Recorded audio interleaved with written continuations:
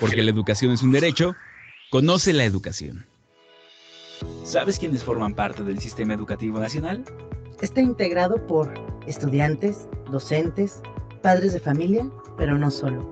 También el sistema está integrado por las autoridades educativas, los organismos descentralizados, las instituciones particulares, las instituciones de educación superior e incluye la infraestructura educativa. También forman parte del sistema educativo nacional los planes de estudio, materiales y métodos educativos, el servicio profesional docente y el sistema de información y gestión educativa. El sistema educativo nacional se compone de 6 niveles educativos.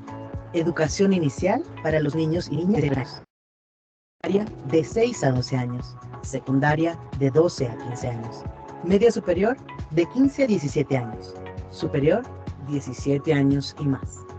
La enseñanza puede ser pública o privada, urbana o rural, pero en cualquier caso debe garantizar el derecho a la educación, el derecho a saber. El sistema educativo nacional es la estructura mediante la cual se organiza la enseñanza en el país. Porque la educación es un derecho, conoce la educación.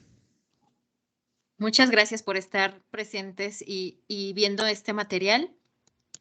Voy a presentarles a continuación mi trabajo de evidencia número 1 de la materia Política y Problemáticas Educativas en México, la cual lleva por nombre Características de dos sistemas educativos y sus repercusiones en la sociedad mexicana. Mi nombre es Susana Sánchez León, estudiante de la licenciatura en Educación y Desarrollo. Bienvenidos. Bueno, derivado de la investigación que llevé a cabo acerca del sistema educativo nacional, lo que hice fue buscar en fuentes fidedignas algunas características y elementos de los sistemas que elegí.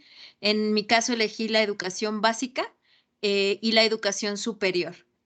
En temas de la educación básica encontré que algo que lo caracteriza específicamente es que se establece un calendario escolar aplicable a toda la República Mexicana para cada ciclo lectivo.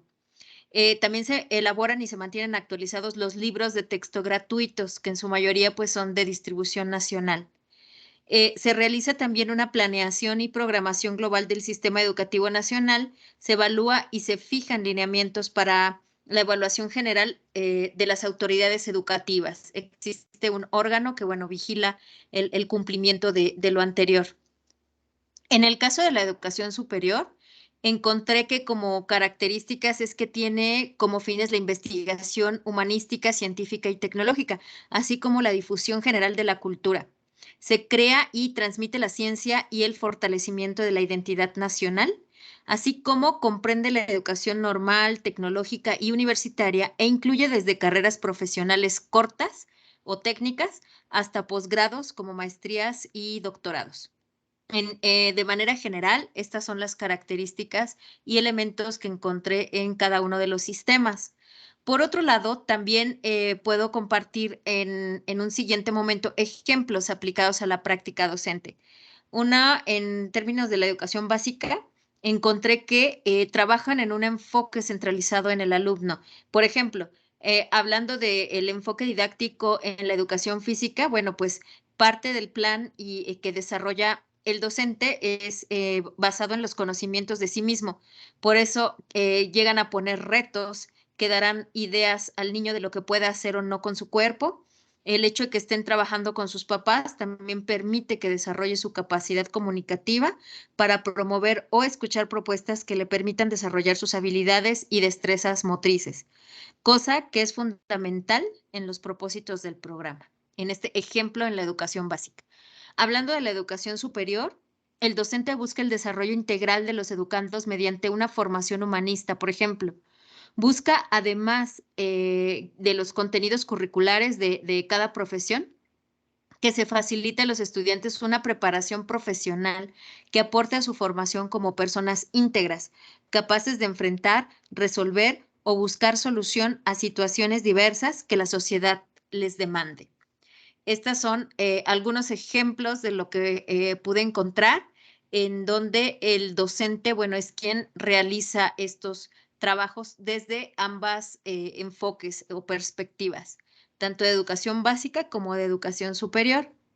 Adicional, que algo muy interesante que también me pareció descubrir durante esta investigación es el currículum oculto de ambos sistemas.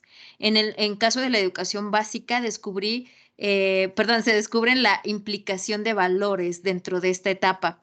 Se establecen nuevas formas de comunicación y también intervienen diversas formas de influencia dentro de estos años en educación básica.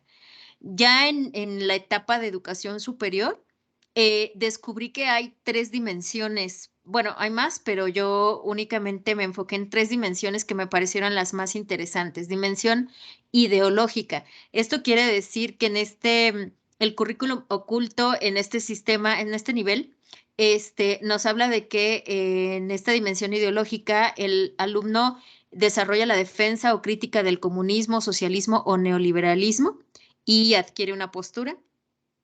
También en la dimensión ética y de valores, el alumno pues discute los valores fundamentales, los humanos, personales, morales, cívicos y culturales, así como en la dimensión política también tiene defensa o crítica de la política ambientalista y la política con enfoque de género. Entonces, estas 3 dimensiones me parecieron interesantes y que forman parte del currículum oculto que, bueno, se lleva a cabo durante estos niveles de enseñanza. Por otro lado, realicé un ejercicio de comparación y repercusión en la sociedad mexicana y lo sinteticé en esta tabla comparativa, en donde hablo que educativo, bueno, en términos de educación básica, de muy general, el proceso educativo debe asegurar la participación activa del educando y estimular su iniciativa y su sentido de responsabilidad. Por otro lado, la educación superior, el aprendizaje de los estudiantes es resultado de una diversidad de variables, pero el papel del profesor en el nivel es trascendental. Ambas niveles tienen una fundamentación en el caso de la educación básica en la Ley General de Educación y en el caso de la educación superior, la Ley de la Coordinación de la Educación Superior, así como la Ley de Profesionales y la Ley Orgánica de la Administración Pública Federal. Eso fue lo que encontré en mis investigaciones y bueno, dejo la bibliografía al final de esta presentación. Ahora quiero platicarles sobre mi reflexión, qué fue lo que encontré y con qué me quedo al haber hecho este ejercicio de investigación. Bueno, primero quiero compartir que hice esta comparativa bajo los extremos de los sistemas, es decir, quise comparar desde la vida inicial del individuo hasta la edad madura, pensando en más que el sistema educativo, pensé más en las etapas del ser humano, ¿no? O sea, cómo recibimos los primeros, el sistema educativo en nuestra primera etapa de madurez y por supuesto cómo lo recibimos ya en otro nivel más alto. Entonces, esto con el objetivo de identificar esa brecha, me surgió la curiosidad de cómo puede ser o qué factores implican en que una persona pueda o logre realizar una carrera profesional exitosa. Entonces, considero que la etapa más importante en el desarrollo del ser humano es cuando recibe la formación básica, específicamente en la primaria, puesto que existen diferentes factores que motivan o declinan el desarrollo de las siguientes etapas y más aún, el ser una persona que aporte realmente a la sociedad desde una profesión o posgrado. Creo que actualmente nuestros niños no todos tienen ese enfoque, no todos tienen esa visión a largo plazo.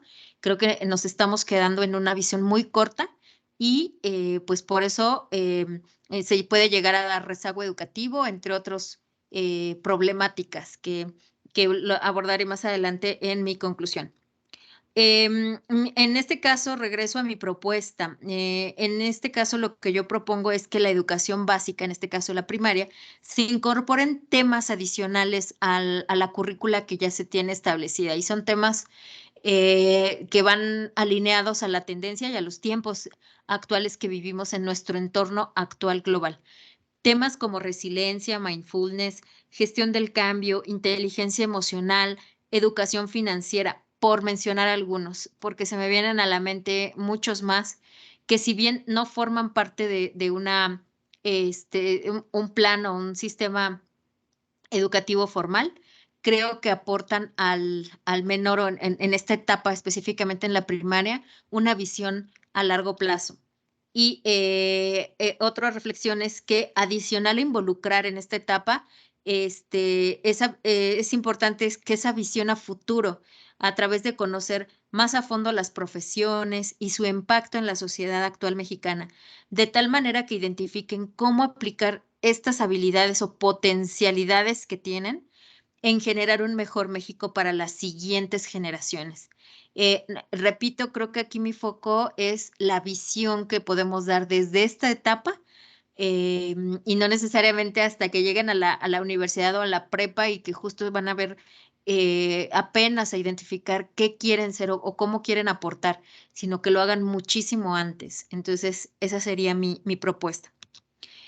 Y en conclusión, este ejercicio me ayudó a identificar diferentes diferencias y similitudes entre los niveles del sistema de educación mexicano y el impacto en que actualmente se sitúan los extremos. Por un lado, el rezago educativo, es lo que también identifiqué, o sea, de plano que hay pues, personas, individuos que no logran ni siquiera llegar a finalizar alguna de estas etapas del sistema educativo mexicano.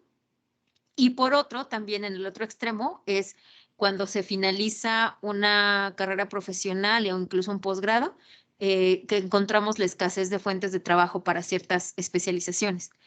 Mi conclusión más grande es que obtengo de este ejercicio es identificar la etapa raíz, en donde se debe poner el foco de manera integral.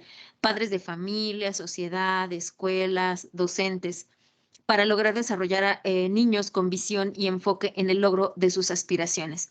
No solo para ganar dinero y con la típica frase trillada, tienes que ser alguien en la vida, que es bastante, pues, ambigua. Más bien, no es ser alguien en la vida, sino es cómo puedo contribuir al desarrollo de un mejor México desde mis fortalezas y mis habilidades específicas.